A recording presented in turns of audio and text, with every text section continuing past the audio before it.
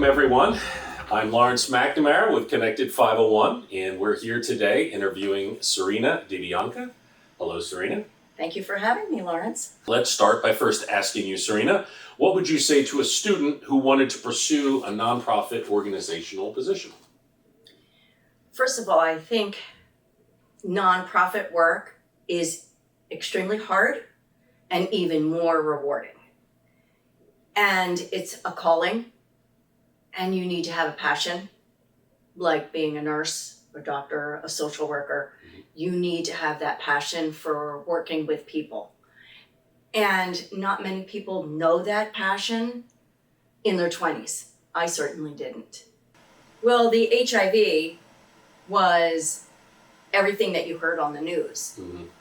And you saw pictures of people just decimated and dying with big lesions on their body. And that's what you saw. And so as I was crunching numbers, because that's what I did, was crunching numbers, I thought to myself, oh, this is like what they're talking about. Do you remember when you first started becoming aware in the movie Philadelphia, anything like that that particularly gave you a foreshadowing of your own path here? No. No? Absolutely Yeah, well, not. that's honest. What did resonate with me was Ryan White, because he was just a child. Mm-hmm. And his mother was fighting so desperately hard just to keep him in school, which is where he wanted to be. Yeah. And He was the hemophiliac. yes. And there was not one survivor of young boys and hemophiliacs that had gotten that batch of drugs Right. that was tainted. Not one survivor, because it was before the days of any retroviral, medicine that could help keep them alive. And so because he was a child.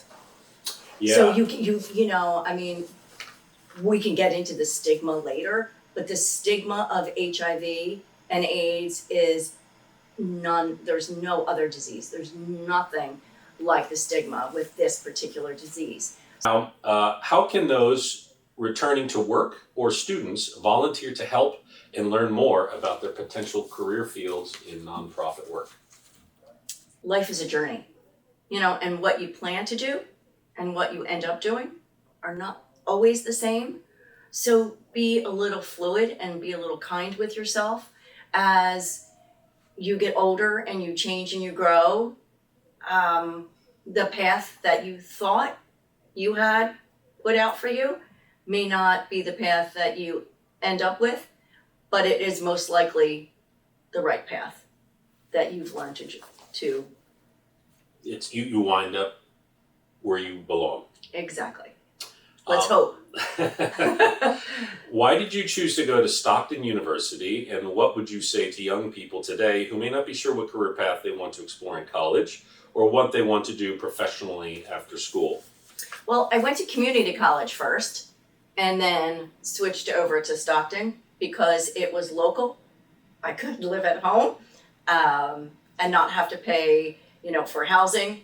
That was really the determination on what was the most affordable for me. I understand you studied accounting and then got certified, and you made the transition to nonprofit work. What made you change careers, and do you have any advice for those students or professionals who have now decided, I want to do something different with my life? But that's a long answer. Okay. So I was the corporate controller of a publicly held company in Camden. I spent 20 years in Camden. Loved what I did. I would start programs where we would hire returning citizens to work out on the 3 shifts. And that was my brainchild. And I later, looking in hindsight, was always doing something to help people, have them better their lives. And I felt that everybody deserved a second or possibly a third shot at life, because not many people have the same opportunities, and also some people didn't have guidance that our parents have given us, and so there are a lot of factors on why people's lives take the slippery slope that it does. So I was there, and my uncle asked me to go to Ecuador, and I went, and we had a shamanic ceremony. And at that time, the shaman, it had to go up 3 languages because we were deep in the rainforest with an organization called Pachamama Alliance, which means Mother Nature.